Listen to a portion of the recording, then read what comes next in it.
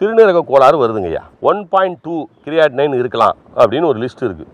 1.5 இருக்கிறது என்றால் அவனுக்கு உடனே வந்து பயமுறுத்துறது, ரொம்ப ஜாஸ்தியாக போனால் டயாலிசிஸ் பண்ணிடுவேன் அப்படின்னு சொல்லிட்டு தெளிவாக சொல்ல, ஐயா உப்பும் புளிப்பும் எண்ணெய் பலகாரமும் அசைவமும் அதிகமாக சாப்பிட்டதால் இந்த வினை.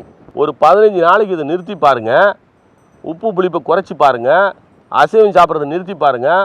15 நாளுக்கு பிறகு டெஸ்ட் பண்ணிங்கன்னா 1.2 தான் இருக்கும் அப்படின்னு சொல்லுங்களேன். ஏன் சொல்ல மாட்டேங்கிறீங்க? உடனே எதுக்கு மருந்து எழுதி கொடுக்குறீங்க?